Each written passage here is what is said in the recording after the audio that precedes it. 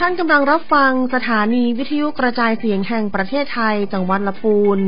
FM 95 เมกะเฮิรตซ์ขอต้อนรับเข้าสู่รายการเรื่องเล่าชาวเกษตรเมืองลำพูน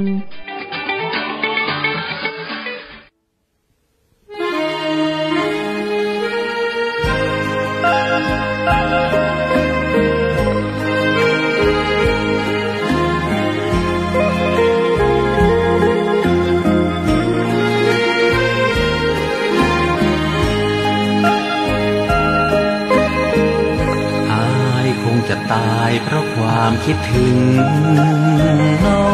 งคิดหาแต่น้องคิดทอดแต่น้องคนละปูนความรักมันปักในสวงลึกหัวค่ำยามดึกยิ่งเพิ่มพูนคิดถึงละปูนทุกวันเวลาถึงตัวห่างไกลหัวใจบ่เหมือนมาคิดถึงป่าสางคิดถึงความหลังที่ศพทาเคยได้ไปแอวตัวกันสงกรานต์ปีใหม่ปีแล้วมาและยังสัญญาว่าบ่เปลี่ยนใจเวลานาทีที่อ้ายห่างน้องให้ทุกข์หม่นมองกลัวน้องเปลี่ยนไปหากสุดที่หักจริงจากใจอ้ายขอมาตายต่อหน้าตักน้ำอ้ายจึงบ่ลืม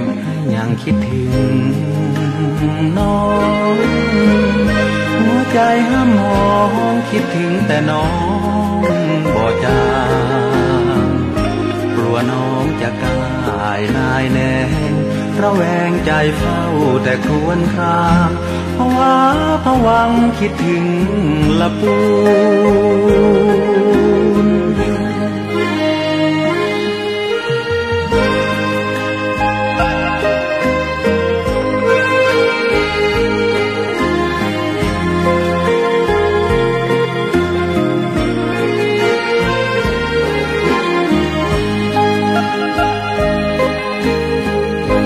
เวลานาทีที่อ้ายห่างน้องอ้ายทุกข์หม่นมองกลัวน้องเปลี่ยนไปหากสุดที่หักจริงจากใจอ้ายขอมาตายต่อหน้าตักน้ำอ้ายจึงบ่ลืมอ้ายยังคิดถึงน้องหัวใจห้ามมองคิดถึงแต่น้องบ่จางกลัวน้องจะกายนายแน่ระแวงใจเฝ้าแต่ครวญครางภาวะผวังคิดถึงลำพูน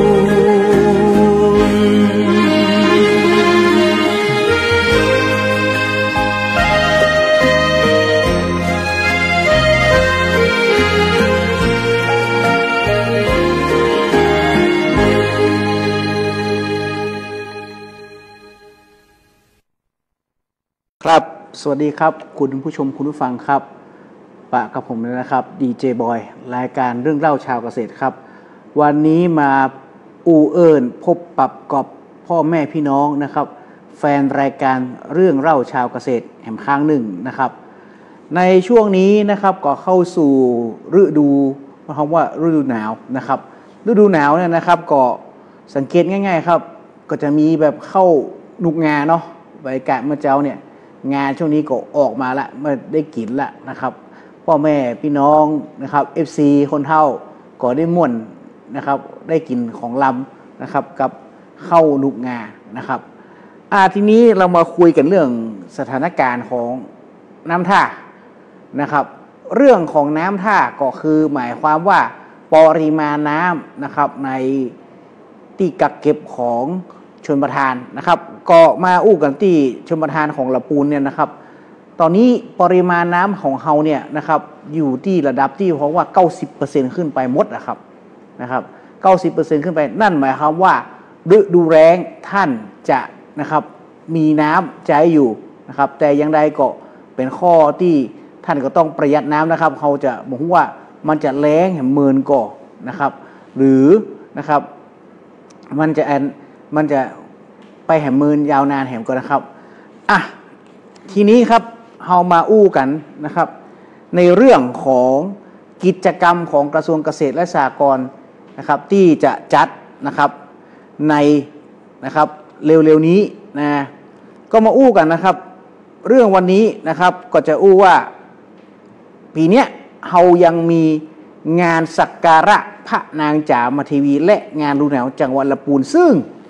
มีกาชาดนะครับมาร่วมนะครับ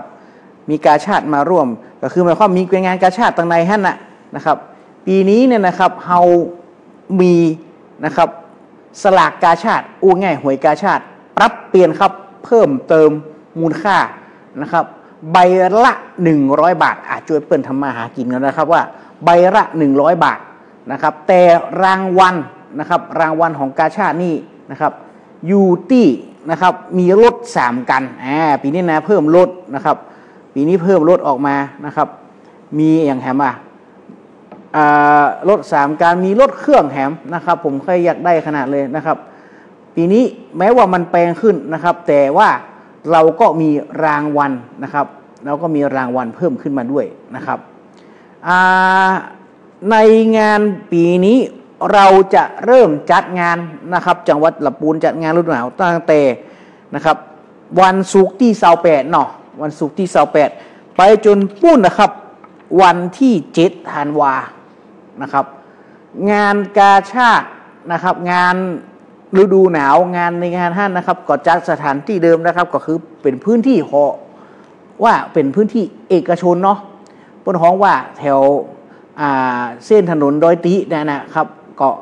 ขับมานะครับข้างลีมินจัวการเกษตรที่เขาจัดงานกันกู้เตือนั่นนะครับเราจะเริ่มจัดกันตั้งแต่28นะครับงาน28รูปแบบงานนะครับต้องบอกพ่อแม่พี่น้องไว้ก่อนว่าเนื่องจากนะครับของจังหวัดลำพูนแล้วก็ผู้ร่วมจัดงานเนี่ยอยู่ใน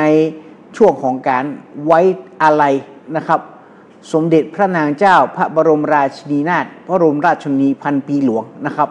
เพราะนั้นเนี่ยต้องปรับตามความเหมาะสมครับจะไปปุ้งป้างอีนักก็ไม่ได้นะครับแต่ถามว่ามีกิจกรรมไหมมีนะครับ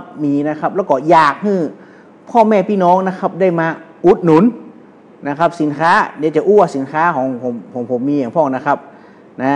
โดยเฉพาะสินค้าของกระทรวงเกษตรเนี่ยนะครับเอาละครับ28เขาเปิดเนาะ29เนี่ยก็ยังมีการประกวดอยู่เหมือนเดิมนะครับส่วนของผมนี่เป็นที่30ครับ30นี่เป็นการมั่วครัวแรงของกระทรวงเกษตรและสหกรณ์นะครับเฮาเมืองเตื้อเนี่ยที่ผมอู้ก่อนตะกี้นะครับว่าเนี่ยเรื่องยิ่งงาเริ่มออกละมีข้าวนุกงาเนอข้าวหลามข้าวหลามงาก็จะมีนะครับมีอย่างแฮมนอผลไม้รวมนะครับผลไม้รวมบางเตื้อบางท่านเนี่ยไปเสาะหากินเนี่ยหากินอย่างเช่นอ้อยควันมันบ่มีอันนี้ก็จะมีนะครับวันที่28นะครับก็จะเป็นลักษณะของการทำการมั่วนะครับเอาผลผลิตของพ่อแม่พี่น้องนะครับของแต่ละหน่วยงานในสังกัดเนี่ยเข้ามาจำหน่ายนะครับจำหน่ายเป็นการมั่วครัวแรงนะครับนะวันที่1ก็ยังเป็นของกิจกรรมของโรงเรียนลำพูนพัฒนานี่เรานักเรียนนะครับพื้นที่สร้างสรรค์นะครับสนับสนุนเยาวชนกันนะครับวันที่2ยังมีการประกวดนะครับประกวดราชินีแห่งความงามยังมีอยู่นะครับวันที่3นี่ก็เป็นเรื่องของการแสดงของกำนันผู้ใหญ่บ้านนะครับวันที่4เป็นการแสดงของกลุ่มชาติพันธุ์วันที่5เป็นวันเทิดพระเกียรตินะครับพระบาทสมเด็จพระบรมราชกาธิเบศรมหาภูมิพลอดุลยเดชบรมนาถบพิตรนะครับอันนี้เป็นการแสดงเพลงพระราชนิพนธ์ของพระองค์ท่านนะครับโดยคงเฮียนจักรคำลวดอันนี้นะครับบอกกล่าวพ่อแม่พี่น้องนะครับมันเป็นวันหยุดเนาะวันศุกร์นะวันเสาร์ที่6เป็นการประกวดนางสาวลำพูน ซึ่งอันนี้ต้องบอกนะครับคุณผู้ชมคุณผู้ฟังพ่อแม่พี่น้องปีนี้กระทรวงเกษตรและสหกรณ์จังหวัดลำพูนนะครับส่งนะครับประกวดนางสาวลำพูนครับนางสาวลำพูนบอกว่าเป็นใครแต่ถ้าบอกสนับสนุนโดยกระทรวงเกษตรและสหกรณ์นะครับอยากให้ไปร่วมเชียร์นะครับร่วมเชียร์ตัวผมด้วยนะครับวันที่7ครับเป็นการแสดงของนักเรียนโรงเรียนในสังกัดจังหวัดลำพูนมีมดนะครับมากันเนาะอันนี้ก็อยากให้พ่อแม่พี่น้องไปพอไปกอยลูกหลานเนาะบางเตื้อให้กำลังใจกันไปนะครับสืบสารเกี่ยวกับศิลปะวัฒนธรรมนะครับของบ้านเฮานะครับอันนี้ก็เป็นวันที่7ตั้งแต่นะครับวันที่28จนถึงวันที่7แล้ววันที่7นี่นะนอกจากการแสดงของละครแล้วเนี่ยมีการหมุนวงล้อนะครับนะครับสลากกาชาดหรือหวยกาชาดนะง่ายๆใครรอลุ้นนะซื้อไว้นะครับใบเนี่ย101นะ101รถ3กันรถยนต์นะ3กันแต่ปีแล้วใบ60 บาทรถยนต์กันเดียวนะครับวันปีนี้แตกต่างเพิ่มขึ้นมาหน่อยแต่โอกาสนะครับจะไปคิดว่าอันนี้อันเป็นหวยเนอะเป็นสลากเนอะมันแบบนี้ไม่ใช่ครับเขาซื้อเผื่อมันถูกเนาะเป็นโอกาสคิดว่าเป็นโอกาสช่วยกันทำบุญทำกุศลครับเพราะว่าเงินทุกอย่างที่เขาซื้อไปเนี่ยนะครับก็ไอ้ที่สลากไปก็เป็นเงินของกาชาดก็เอามาช่วยนะครับบอกว่าจะเป็นภัยพี่บัตรโคนทุกคนอยากทราบปะครับกาชาดนะครับเราช่วยคุณช่วยกาชาดนะครับกาชาดช่วยคุณนะครับนะโอ้โหพี่ดูถูกนะครับเราช่วยกาชาดช่วยเราอย่างอี้นะครับฝากพ่อแม่พี่น้องด้วยนะครับปีนี้นะครับตอนนี้สลากก็ยังจะขายในงานของกาชาดอยู่นะครับยังมีอยู่นะทีนี้ในเรื่องของ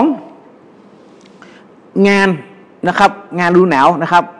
สั้นๆงานฤดูหนาวนะชื่อเต็มๆเป็นงานสักการะพระนางจามเทวีและงานฤดูหนาวจังหวัดลำพูนเป็นงานฤดูหนาวเนาะในงานของกระทรวงเกษตรก็ได้รับนิทรรศการเนี่ยนะครับก็จะเป็นแนวทางของพระราชดำรินะครับของในหลวงรัชกาลที่9พร้อมด้วยพระราชินีนะครับหรือสมเด็จพระนางเจ้าพระบรมราชินีนาถพระบรมราชชนนีพันปีหลวงนะครับง่ายๆก็คือเป็นพระราชกรณียกิจที่เกิดขึ้นมาเนี่ยมีอย่างมีกรณียกิจอย่างพ่องนะมีกิจกรรมอย่างที่เป็นโครงการงานต่างๆเช่นยกตัวอย่างนะก็จะมีเรื่องของวันดินโลกนี่นะดินเนี่ยเป็นจะได้พ่องเขาต้องตรวจสภาพดินก่อด้านของการเกษตรนะครับก็จะมีเรื่องบ้านเล็กในป่าใหญ่นะครับเกษตรพื้นที่สูงนะครับโครงการป่ารักน้ำนะครับป่าฮักน้ำเนี่ยเป็นจะได้พ่องนะครับบ้านเล็กในป่าใหญ่อันนี้อยากให้ไปชมนะครับไปชมเป็นกำลังใจนะครับให้สำหรับของดีเจบอยและทีมงานกระทรวงเกษตรและสหกรณ์หน่อยนะครับแต่ไฮไลท์สำคัญก็คือการมั่วครัวแรงของกระทรวงเกษตรและสหกรณ์วันที่30ครับอยากให้พ่อแม่พี่น้องไปชมไปพอกันนะครับเอาละครับกันมาพอสมควรละพักเบรกสักคำครับ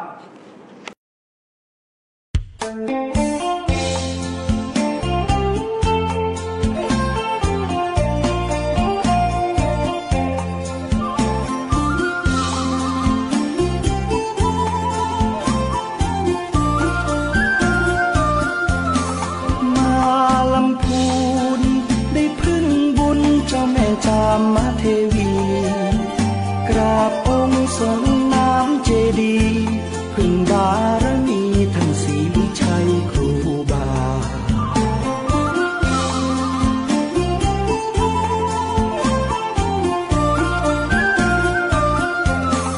อำเภอเมือง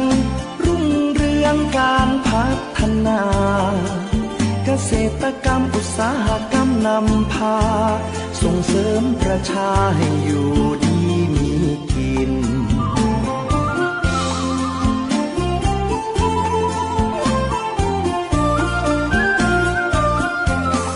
ชมป่าสา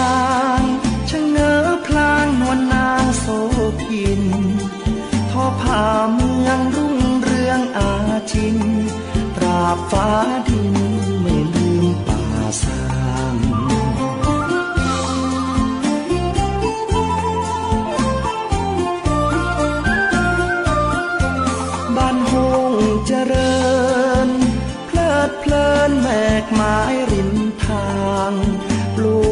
ทียมกะหล่ำปลีมีสตังค์น่ารักจังหน้ามนต์คนบ้านเฮา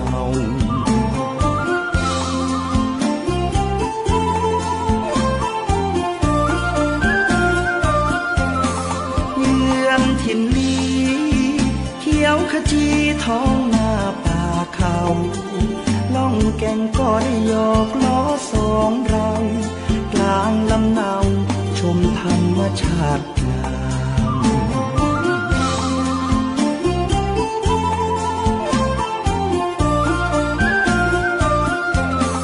ทุ่งหัวช้างชวนน้องนางไหว้พระธาตุดอยกวางคำเมืองคนดีมีศีลธรรมจิตใจงดงาม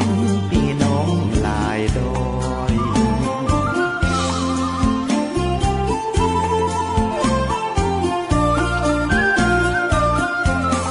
ทินแม่ทาชาวประชาฝีมือเลิศลอยหัตถกรรมงดงามบ่อน้อยเรื่องสามปอยบนดอยขุนตาล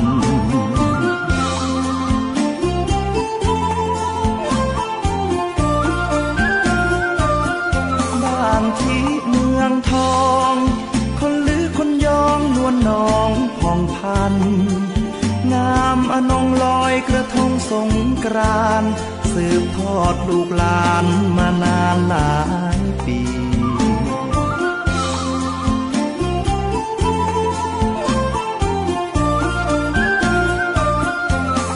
ไปบ้านเวียงได้ร่วมเรียงเที่ยวงานประเพณีร่วมขบวนแห่ไม้กำสรีน้องล่องคนใจดีเขามีเมตตา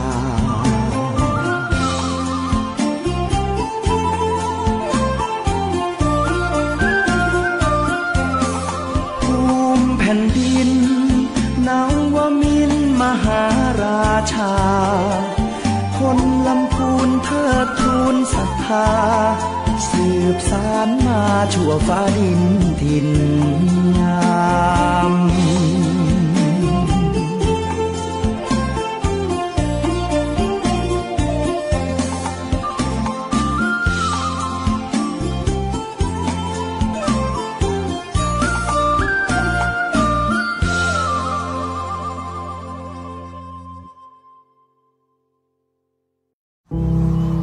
เกษตรกรผู้ยากจนคนค้าขายเป็นหนี้ไม่เกิน 2,500,000 บาทโดยนำที่ดินไปจำนองขายฝากหรือสัญญากู้เงินทั้งหนี้ในระบบที่มีคำพิพากษาและหนี้นอกระบบเราช่วยท่านได้ติดต่อขอยื่นกู้ที่สำนักงานเกษตรและสหกรณ์จังหวัดสำนักงานเกษตรอำเภอธกสทุกสาขาตามภูมิลำเนาโทร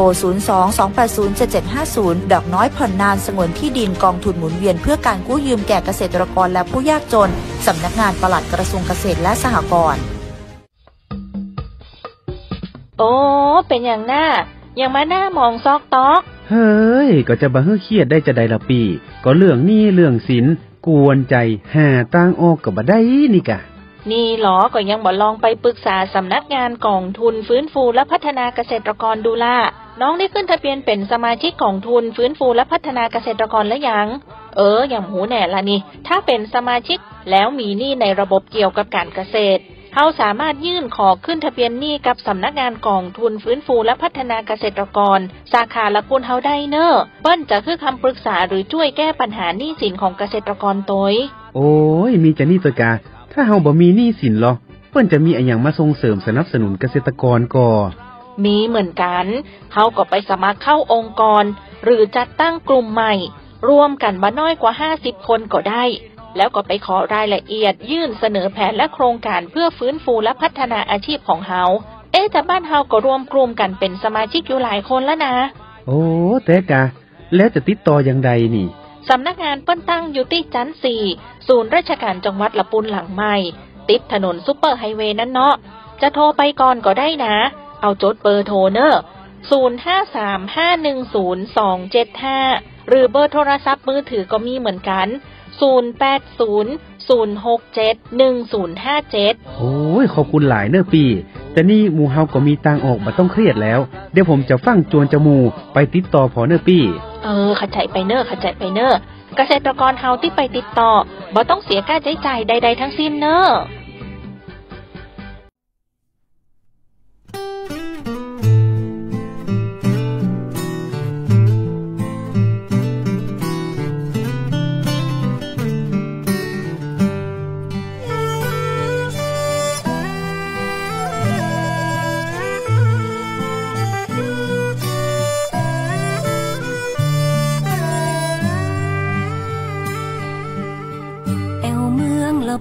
อิ่มบุญอุ่นฮักหากไผหูจักจะฮักไปจนวันตายละปูนเฮามีของดีมีกระเทียมมีลำไยคนงามหน้าใสน้ำใจบ่ดำอู่ลืออู่ยองอู่เมืองม่วนลายเรื่องการแต่งกาย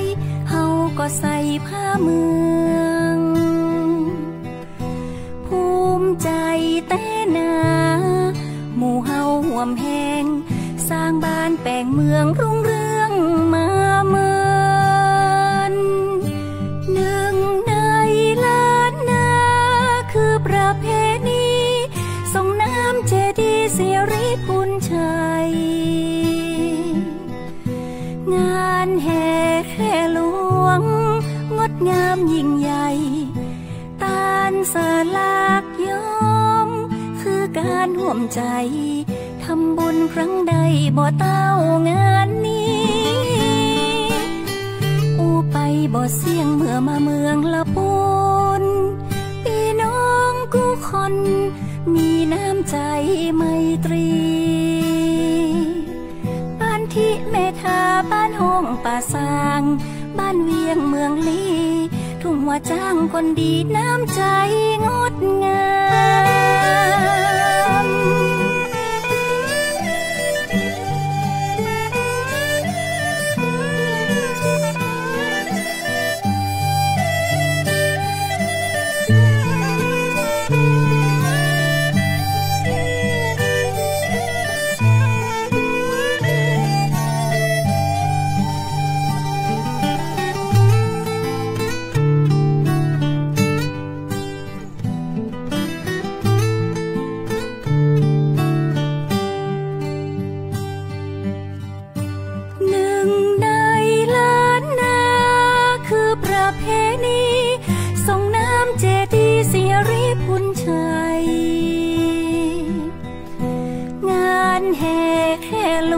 มงดงามยิ่งใหญ่ตานสลากย้อมคือการห่วมใจทำบุญครั้งใดบ่เต้างานนี้อูไปบ่เสี่ยงเมื่อมาเมืองละปูนพี่น้องกูคนมีน้ำใจไมตรีบ้านที่เมธาบ้านห้องป่าซางบ้านเวียงเมืองลีทุ่งหัวจ้างคนดีน้ำใจงดงาม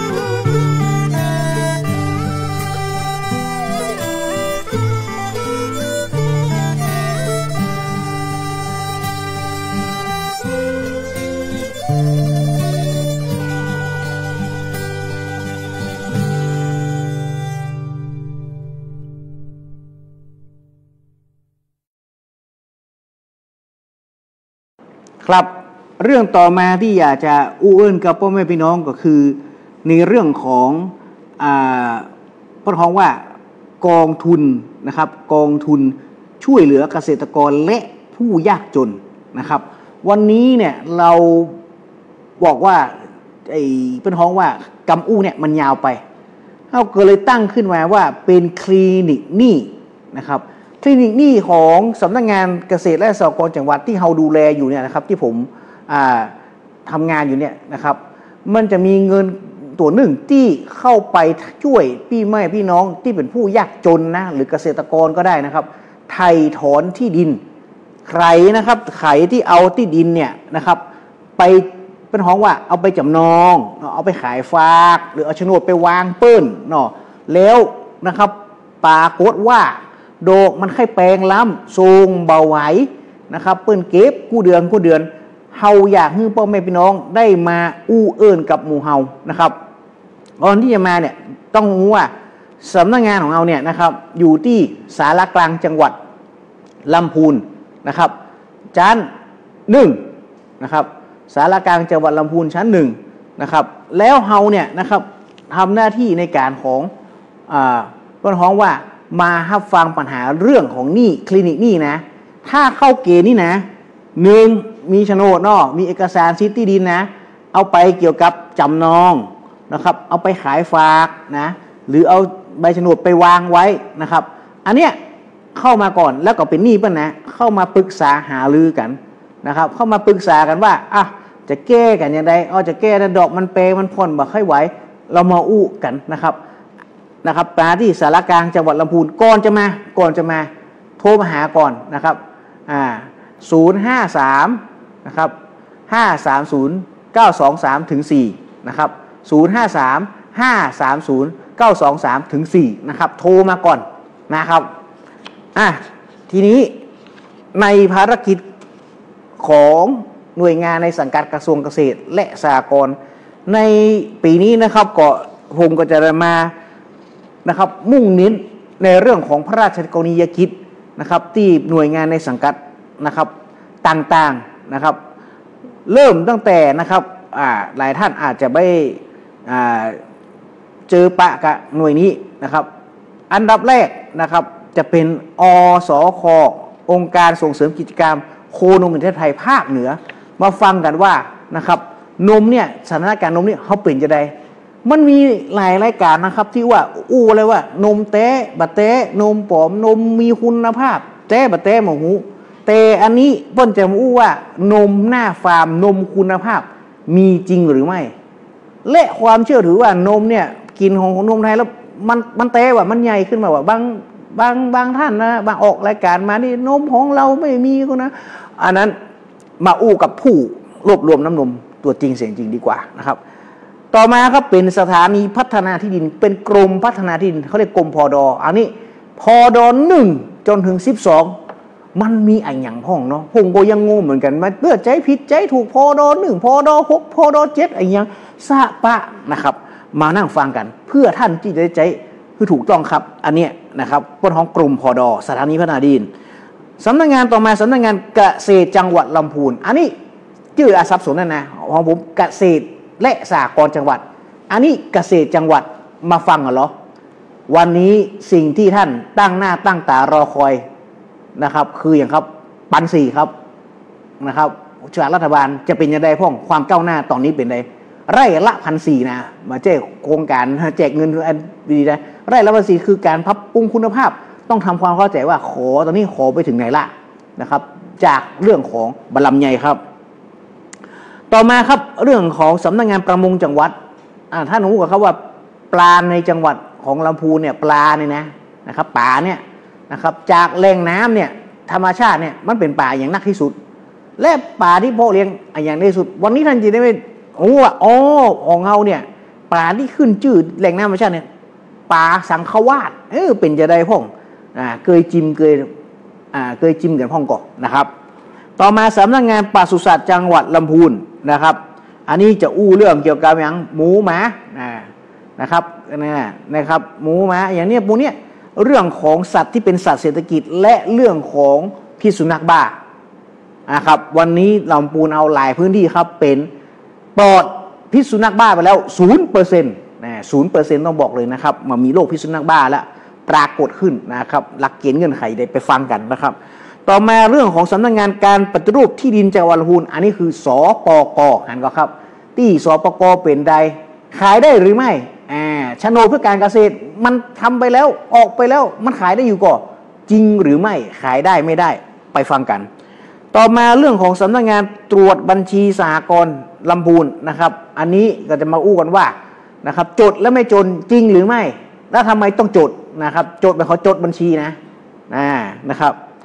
ต่อมาเรื่องของศูนย์ขยายพันธุ์พืชที่8จังหวัดลำพูนศูนย์ขยายพันธุ์พืชนี่เป็นเรื่องของการเพาะพันธุ์พืชนะครับแหล่งพืชพันธุ์ดีมีที่ไหนในลำพูนอันนี้เราจะมาคุยกันนะครับอันนี้มีที่ลำพูนนะ ต่อมาครับเป็นโครงการชลประทานลำพูนอันนี้เป็นเรื่องของแหล่งน้ำกักเก็บน้ำจ่ายน้ำไปขนาดไหนอันไหนเพราะว่าพื้นที่ในชลประทานนะครับนอกเขตชลประทานอันนี้จะมาอู้กันนะครับสำนักงานต่อมาสำนักงานสภาเกษตรกรจังหวัดลำพูนนะครับสำนักงานสภาเกษตรกรทำหน้าที่อะไรอย่างเขาเพราะว่าสสเกษตรมีอะไรบ้างนะครับอันนี้เราก็จะมาอู้กันต่อนะครับหน่วยต่อมาที่จะมาอู้กันนะครับก็เป็นเรื่องของศูนย์ส่งเสริมและพัฒนาอาชีพเกษตรจังหวัดลำพูนหรือเกษตรที่ศูนย์อันนี้บอกเลยนะครับอยู่ที่ลีแล้วก็เป็นหน่วยควบคู่กับโครงการหลวงพระบาทห้วยต้มอันนี้จัดตั้งมาเพื่อทำงานในพื้นที่สูงนะครับท่านจะสังเกตว่าโครงการหลวงเนี่ยจะอยู่ที่สูงนะครับอยู่กับเพื่อท้องว่าอยู่กับโครงการหลวงมาโดยตลอดอันนี้ทำงานควบคู่กันนะครับเขามีหน้าที่ทำงานอย่างใดพ้องแสดงบทบาทอย่างใดพ้องนะครับจะมาอู้กันต่อมาสำนักงานสหกรณ์จังหวัดลำพูนนะครับอันนี้ก็จะอู้ความเป็นมาของสหกรณ์นะครับมาจากใดเป็นอย่างใดนะครับแล้วสหกรณ์มีความสำคัญต่อระบบเศรษฐกิจของเราอย่างใดสำนักงานต่อมาครับสำนักงานกองทุนฟื้นฟูและพัฒนาเกษตรกรจังหวัดลำพูนอันนี้เกิดมาอู้เรื่องของหนี้เหมือนกันนะวันนี้นะครับสำนักงานกองทุนฟื้นฟูและพัฒนาเกษตรกรนะครับอยู่ที่ชั้น 4บนศาลากลางจังหวัดลำพูนท่านไปดูมวดเทปของเก่าหน่วยเนี่ยก็รับแก้ไขปัญหาเรื่องหนี้สินนะครับเรื่องหนี้สินนะครับเหมือนกับสำนักงานผมนะครับเหมือนกันเลยอันนี้เนี่ยนะครับเมื่อเปิ้ลมาอู้เคยออกไปในเทปก่อนๆแล้วนะครับแต่วันนี้การพัฒนาฟื้นฟูอาชีพของสำนักงานกองทุนฟื้นฟูจะเป็นยังไงนะครับต่อมาศูนย์เมล็ดพันธุ์ข้าวเชียงใหม่เมล็ดพันธุ์ข้าวดีต้องศูนย์เมล็ดพันธุ์ข้าวนะครับอันนี้มาอู้กันนะครับต่อมาสำนักวิจัยและพัฒนาการเกษตรเขตที่1อันนี้มาอู้กับเรื่อง GAP อู้ถึงเรื่องของปุ๋ยป้อมซึ่งเดี๋ยวผมจะอู้ตอนท้ายๆว่าวันนี้นโยบายรัฐบาลอู้จากกับพ่อแม่พี่น้องใดต่อมาเป็นศูนย์มอนไหมเฉลิมพระเกียรติเชียงใหม่นะครับและสุดท้ายคือการยางแห่งประเทศไทยทุก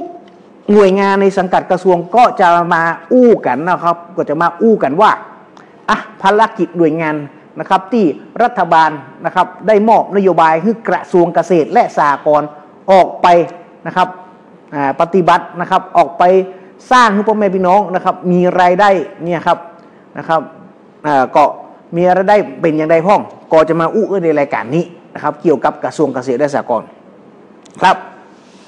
เรื่องหนึ่งนะครับก่อนที่จะปิดรายการนะครับจะจบรายการเนี่ยอยากให้พ่อแม่พี่น้องนะครับว่าตอนนี้เนี่ยนะครับเขามีหน่วยนะครับเป็นห้องมันไม่ใช่หน่วยละเป็นศูนย์เฉพาะกิจสืบสวนปราบปรามการกระทำความผิดที่เกี่ยวข้องกับการเกษตรเรียกว่าชก.พญานาคราชอันนี้ต้องบอกพ่อแม่พี่น้องเลยนะครับเหตุผลที่เฮานะครับจัดตั้งชก.เฉพาะกิจเนี่ยนะครับเพราะว่าวันนี้สินค้าเกษตรนะครับบางตัวบางอย่างเนี่ยเข้ามาโดยการลักลอบนะครับซึ่งเอามาอย่างลักลอบครับเพราะว่าต้นทุนเขาต่ำกว่าแต่ว่าอย่าลืมนะครับที่นำเข้ามาเนี่ยคุณภาพกินแล้วเป็นยังไงพ่อผมยกตัวอย่างนำมาเจว่าอันนี้นะครับหมดแล้วเนี่ยเจอหมูเถื่อนนะครับหมูเถื่อนออกเป็นมีข่าวไปจับนะครับหมูเถื่อนเนี่ยบางคนอาจจะมาหูกินไปเนี่ยมาหับประกันนะครับโดยเฉพาะคนมักลู่นะครับกินแล้วอาจจะหูดับก็ได้นะครับเพราะว่าเกรดพวกนี้เนี่ยเฮามาแน่ใจว่ามันมีคุณภาพมันมีการรับรองหรือไม่เพราะกระทรวงเกษตรเองมีหน่วยหนึ่งเรียกว่าสำนักงานมาตรฐานนะครับสินค้าเกษตรนะครับและอาหารชาติหรือมกอช.นะฮะเขามีหน่วยในการดูแลมาตรฐานอยู่เขาถึงได้ออกมาโปรโมทที่เป็นหน้าฟาร์มครับที่มีสินค้าคิวถ้าพ่อแม่พี่น้องไปการนะถ้ามีคิวตรงนั้นอันนั้นพ่อแม่พี่น้องไว้ใจด้วยครับแต่ในทางกลับกันเหมือนกันเขาก็มีหน่วยปราบนะครับซึ่งวันนี้เนี่ยนะครับสำนักงานของผมเนี่ยได้รับภารกิจที่จะต้องดำเนินการถึงได้แต่งตัวมานะครับว่าดำเนินการในการออกไปสืบสวนนะครับว่ามีแหล่งของสินค้าเกษตรเถื่อนที่ไหนบ้างนะครับซึ่งต่อไปอาจจะขอความร่วมมือจากคุณผู้ชมคุณผู้ฟังนะครับเพราะอย่างครับสินค้าเกษตรเถื่อนพวกนี้เนี่ยมันทำลายเศรษฐกิจไม่พอมันยังทำลายสุขภาพของเขาและถ้าเขายิ่งเป็นคนละปูนเขาต้องฮักในละปูนนะครับเพราะเขาต้องส่งเสริมสินค้าเกษตรภายในจังหวัดเขาที่มันถูกต้องตามกฎหมายครับวันนี้นะครับดีเจบอยขออนุญาตลาพ่อแม่พี่น้องก่อนนะครับ ปะกันในงานฤดูหนาวนะครับจังหวัดลำพูนนะครับลำพูนไม่ลำพังรวมพลังเพื่อลำพูนสวัสดีครับ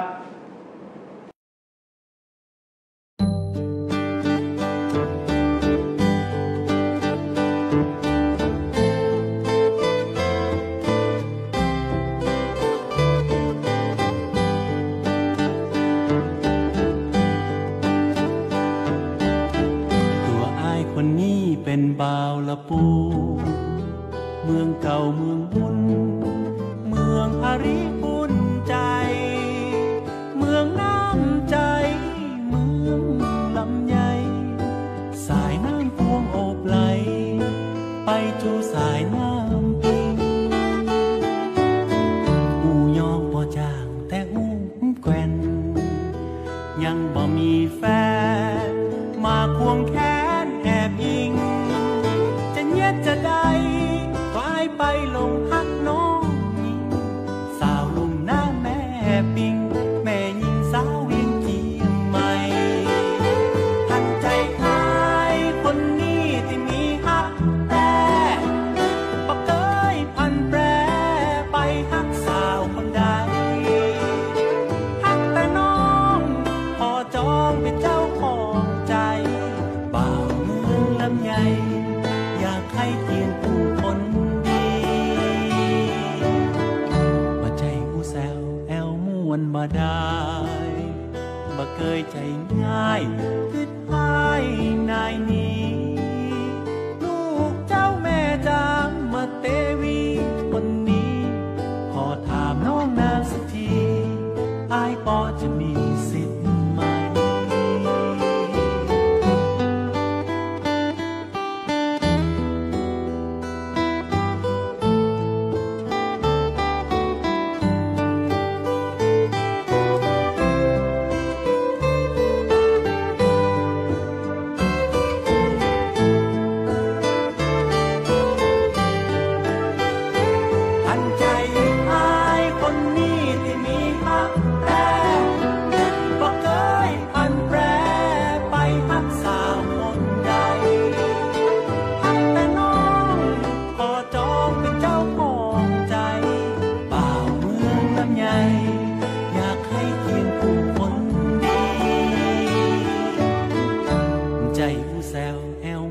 มาได้ใจคนใจง่ายคิดให้นายนี้ลูกเจ้าแม่จามมาเตวีคนนี้ขอถามน้องนางสักทีอ้ายปอจะมีสิทธิ์ไหมลูกเจ้าแม่จามมาเตวีคนนี้ขอถามน้องนางสักทีอ้ายปอสิทธิ์พ่องก็หา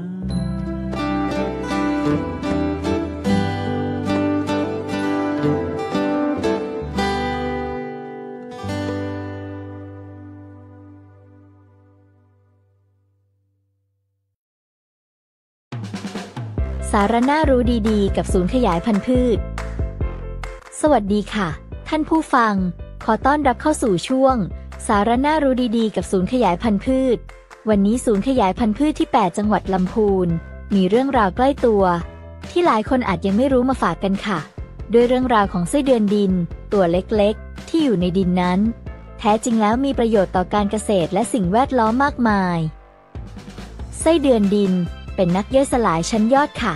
พวกเขาจะกินเศษซากพืชซากสัตว์และอินทรีย์วัตถุต่างๆและเปลี่ยนเป็นมูลไส้เดือนปุ๋ยธรรมชาติที่อุดมด้วยธาตุอาหารสำคัญทั้งไนโตรเจนฟอสฟอรัสและโพแทสเซียมรวมถึงธาตุอาหารรองที่พืชสามารถดูดซึมไปใช้ได้ทันทีมูลไส้เดือนยังช่วยทำให้ดินร่วนระบายน้ำได้ดีและมีจุลินทรีย์ที่ช่วยปรับสมดุลของดินอีกด้วยสำหรับการเลี้ยงไส้เดือนนั้นไม่ยากเลยค่ะสายพันธุ์ที่นิยมและเหมาะกับอากาศบ้านเรามากที่สุดก็คือแอฟริกันไนท์คลอเลอร์ซึ่งจะโตไวกินเก่งและให้มูลเยอะเราสามารถเลี้ยงได้ง่ายๆทั้งในกะละมังพลาสติกที่เจาะรูหรือในวงบ่อซีเมนต์ขนาดประมาณ 80-100 เซนติเมตรวัสดุสำคัญที่ใช้เลี้ยงคือมูลวัวโดยเฉพาะมูลวัวนมจะดีที่สุดค่ะ แต่ต้องมั่นใจว่าได้จากฟาร์มที่ไม่ใช้โซดาไฟล้างคอกเพราะสารเคมีจะเป็นอันตรายต่อไส้เดือนก่อนนำมาใช้เลี้ยงต้องแช่น้ำทิ้งไว้ประมาณ 5-7 วันเพื่อลดความร้อนและแก๊สที่สะสมจากนั้นจึงนำมาใส่ภาชนะเลี้ยงแล้วใส่ไส้เดือนลงไปเพียง 1-2 สัปดาห์ไส้เดือนก็จะเริ่มผลิตมูลให้เราใช้ได้แล้วและถ้าเราคอยเติมมูลวัวแช่น้ำอย่างสม่ำเสมอไส้เดือนก็จะขยายพันธุ์ต่อเนื่องให้เรามีมูลไส้เดือนไว้ใช้ยาวๆเลยทีเดียวค่ะดังนั้นการเลี้ยงไส้เดือนจึงไม่เพียงแค่ช่วยกำจัดขยะอินทรีย์แต่ยังลดการใช้ปุ๋ยเคมีเพิ่มความอุดมสมบูรณ์ให้กับดินทำให้พืชผักผลไม้ของเราแข็งแรงและปลอดภัยต่อผู้บริโภคอีกด้วยที่สำคัญยังเป็นการรักษาสิ่งแวดล้อมอย่างยั่งยืนอีกด้วยค่ะนี่คืออีกหนึ่งสาระน่ารู้ดีๆที่ศูนย์ขยายพันธุ์พืชที่ 8 จังหวัดลำพูนอยากแบ่งปันให้กับทุกท่านค่ะหากคุณผู้ฟังท่านใดสนใจรายละเอียดเกี่ยวกับการเลี้ยงไส้เดือนสามารถติดต่อสอบถามหรือเข้าเยี่ยมชมเรียนรู้ได้ที่ศูนย์ในวันและเวลาราชการค่ะแล้วพบกันใหม่ในครั้งหน้ากับสาระน่ารู้ดีๆกับศูนย์ขยายพันธุ์พืชสำหรับวันนี้ขอขอบคุณและสวัสดีค่ะ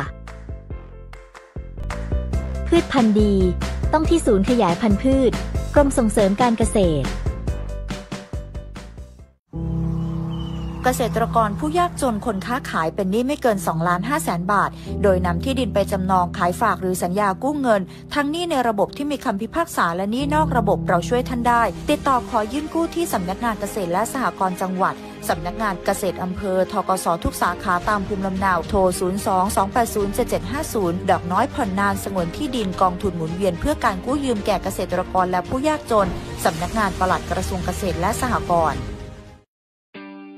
สำนักงานกองทุนฟื้นฟูและพัฒนาเกษตรกรหนึ่งในองค์กรสนับสนุนความมั่นคงทางด้านอาชีพเกษตรกรรมเน้นการมีส่วนร่วมแก้ไขปัญหาภายใต้วัตถุประสงค์ดูแลฟื้นฟูอาชีพและจัดการปัญหาหนี้สินเกษตรกร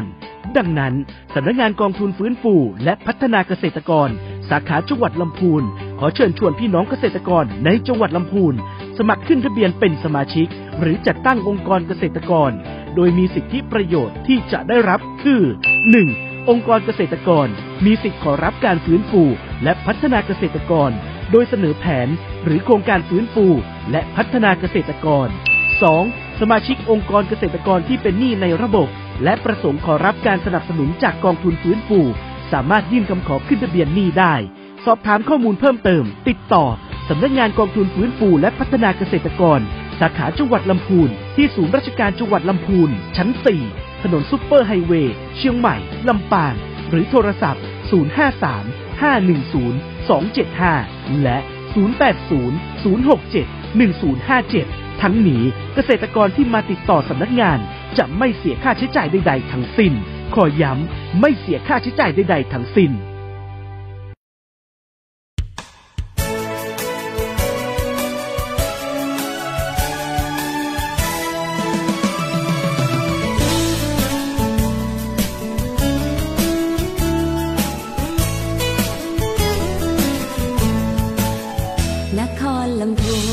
แดนดินถิ่นสวรรค์ช่างงามการทำจังนั้นดังเมืองในฝันฉันเยือนมาน้ำกวงทาลีนาทีชื่นช่ำอุราเธอทูลกราบไหว้บูชาองค์ครูบาศรีวิชัยหาริคุณชัยวิไลรุ่งเรืองป่าสร้างมีผ้าพื้นเมืองทอด้วยมือเลื่องลือไกลแม่ทากล่าวขานเรื่องการแกะสลักไม้เกษตรกรรมยิ่งใหญ่เรายกให้บรรหงมานานถิ่นอำเภอลีนั้นมีป่าไม้สมบูรณ์ทุ่งหัวช้างอบอุ่นขุนเขาศพเทิมตรึงงานวัดหลวงลำพูนทุกปีทำบุญร่วมงานนมัสการทรงน้ำพระธาตุหริพุนชัยเรื่องลือมานานเปรียบปานแผ่นดินทองงามจริงถิ่นเวียงน้องล่องทุ่งรวงทองเมื่อมองตรึงใจบ้านที่ชวนฝันเปรียบดังสวรรค์อำไพเมืองนี้มีมนต์ดลให้ฉันประทับใจในลำพูน